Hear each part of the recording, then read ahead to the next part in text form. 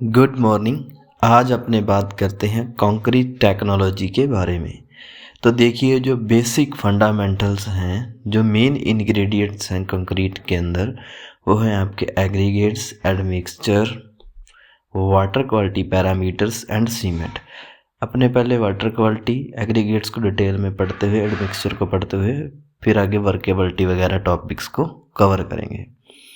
तो देखिए, water quality parameters as per IS 456 2015। Code याद रखना, आजकल कोड पूछते हैं एग्जाम के अंदर। तो देखिए, pH वैल्यू है वो कंक्रीट के लिए shall not be less than 6 और टर्बिडिटी 2000 ppm तक। क्लोराइड्स की बात करें तो RCC के अंदर 2000 ppm और PCC के अंदर 500 ppm। तो ये सारी कुछ वैल्यूज़ हैं जिनको आप देख लेना।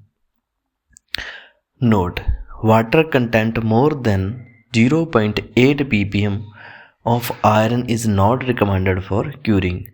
तो क्यूरिंग के लिए 0.8 ppm से अगर आयरन ज़्यादा है तो क्यूरिंग के लिए यूज़ नहीं किया जाता। If L present in water then it entered is large amount air in concrete by which strength decrease। अगर LS present है वाटर के अंदर तो इसके कारण large amount air होगी, जिसके कारण strength decrease हो जाएगी क्योंकि voids रह जाएंगे इनके अंदर। तो एग्रीगेट्स के बारे में देखिए, इनको पूरे डिटेल में पढ़ेंगे आप एग्रीगेट्स को। तो सबसे पहले कोड यूज़ होता है IS 2386। Aggregate occupy 70 to 80% volume of concrete. अगर कंक्रीट के अंदर बात करें तो सबसे ज़्यादा अगर वॉल्यूम कोई ऑक्यूपाई करता है तो वो है 70 से लेके 80% आपके एग्रीगेट्स। कौन सा ग्रेड यूज़ किया जाता है एग्रीगेट का? तो वेल ग्रेडेड मिक्स यूज़ किया जाता है। इनके बारे में आगे मैं आपको पढ़ा रहा हूँ अभी। वेल ग्रेडेड जो यूज़ किया जाता है कंक्रीट के लिए। जनरली मैक्सिमम साइज़ है जो एग्रीगेट का वो 40 mm तक यूज़ कर सकते हैं और RCC वर्क के अंदर 20 mm और फ्लोरिंग वर्क के अंदर 10 mm एग्रीगेट यूज़ किए जाते हैं। टाइप ऑफ ग्रेडेशन, तो देखिए यह है पोरली ग्रेडेड और इनके अंदर क्या है, परमेबिलिटी ज़्यादा होती है। परमेबिलिटी का मतलब होता है flow of water through soil, permeability ज़्यादा होगी। तो ये क्या है, और इनके अंदर इंटरलॉकिंग भी नहीं होगी क्योंकि ये राउंड शेप के अंदर हैं। उसके बाद देखते हैं गैप ग्रेडेड, जिनके अंदर कोर्स एग्रीगेट्स हैं और फाइन है लेकिन इंटरलॉकिंग इनके अंदर भी अच्छी नहीं है। तो ये इनके अंदर इंटरलॉकिंग ठीक ठीक होगी, मीडियम होगी और परमेबिलिटी कम होगी। लेकिन वेल ग्रेडेड की बात करें तो इनके अंदर तीनों प्रकार के एग्रीगेट्स हैं जिनके कारण इनके अंदर इंटरलॉकिंग भी गुड होगी और परमेबिलिटी भी लो होगी। तो यही अपने यूज़ करते हैं मैक्सिमम कंक्रीट के लिए वेल ग्रेडेड।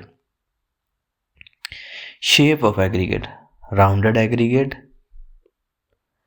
एंगुलर और फ्लैकी और इलेनोगेट एग्रीगेट।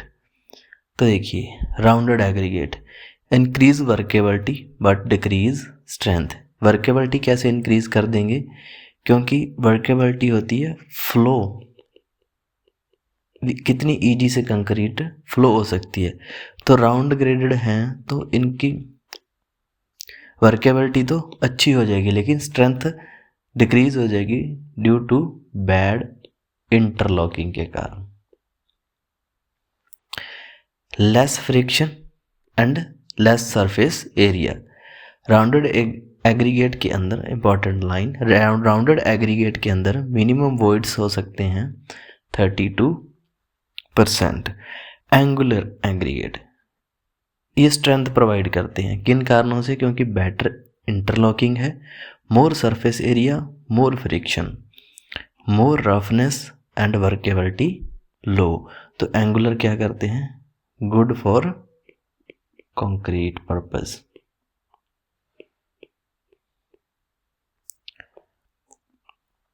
फ्लैकी और इलेनोगेटेड एग्रीगेट्स, तो फ्लैकी एग्रीगेट्स वो होते हैं जिनकी एक डायमेंशन है जो वो लार्जर हो देन अदर 2, दूसरी 2 डिमेंशन से।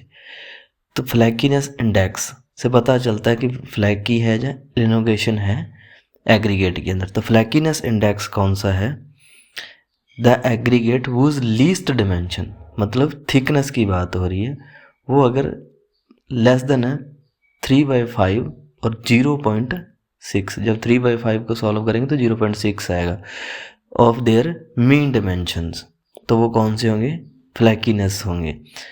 और अगर greatest dimension length is greater than है 4.5 और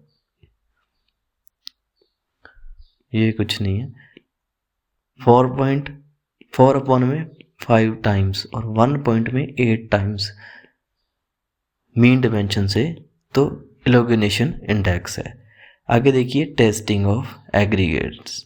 टेस्ट कौन कौन से होते हैं? Sieve test, shape test, abrasion test, aggregate impact test और एग्रीगेट क्रशिंग।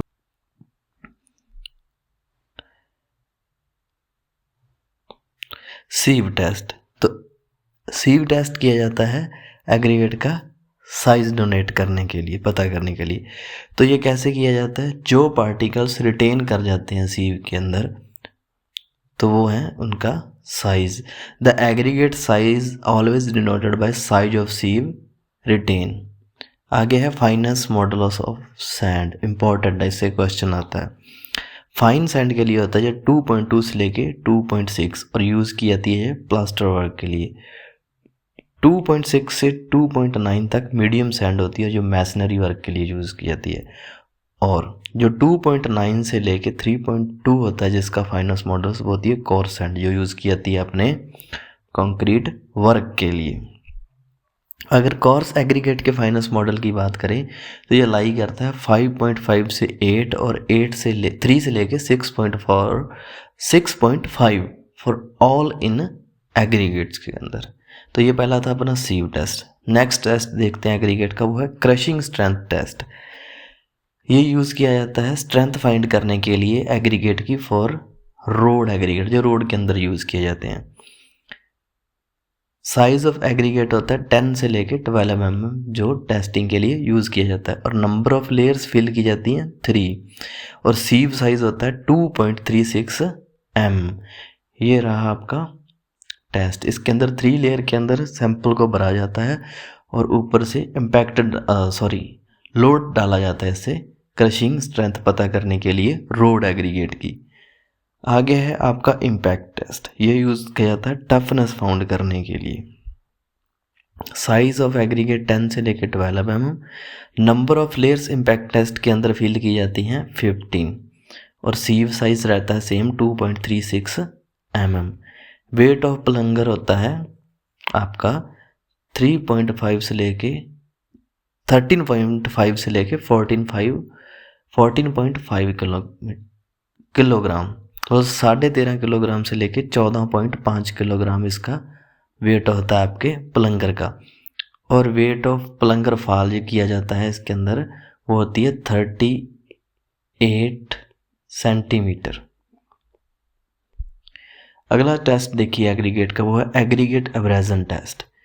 इसके अंदर यूज़ किया जाता है लॉस एंजल्स टेस्टिंग मशीन का, और इसके अंदर साइज ऑफ एग्रीगेट वही सेम लिया जाता है 10 से 12 mm, और साइज ऑफ सीव इसके अंदर होता है 1.7 mm। Size of steel balls जो यूज़ की जाती है इनसाइड, वो उसका डाया होता है 48 mm, और वेट होता है अप्रॉक्सीमेट 390 से लेके 460 ग्राम तक। और डिमेंशन ऑफ सिलेंडर की बात करें तो 700 mm डाया होता है और 500 mm इसकी लेंथ होती है। आगे देखिए जो टेस्ट थे अपने एग्रीगेट्स के वो अपनों ने देखे। अब है टाइप्स ऑफ एडमिक्सचर। तो केमिकल एडमिक्सचर, मिनरल एडमिक्सचर और मिसलिनियस एडमिक्सचर यूज़ किए जाते हैं। केमिकल एडमिक्सचर के अंदर plasticiser, super plasticiser, retarders, air entraining, air detraining, accelerator और पोज़लानिक यूज़ किए जाते हैं। मिनरल एडमिक्सचर की बात करें तो fly ash, silica fume, grounded blast furnace slag use की जाती है, राइस हस्क। और मिसलिनियस के अंदर यूज़ किए जाते हैं एडमिक्सचर आपके grouting, alkali, aggregated mixture, colouring admixture, workability admixture और बॉन्डिंग एडमिक्सचर्स। तो देखिए अब कंक्रीट के अंदर है बाइंडिंग मटेरियल की बात करें तो सीमेंट, जिसे पढ़ेंगे अपने बिल्डिंग मटेरियल के अंदर। फाइन एग्रीगेट सैंड, इसके बारे में अपने एग्रीगेट्स के बारे में, दोनों के बारे में ऊपर देख लिया है। एडमिक्सचर के बारे में पता चल गया, वाटर की क्वालिटीज़ मैंने आपको बता दी हैं कौन कौन सी हैं। वर्केबिलिटी टॉपिक को कवर करेंगे अपने नेक्स्ट वीडियो के अंदर।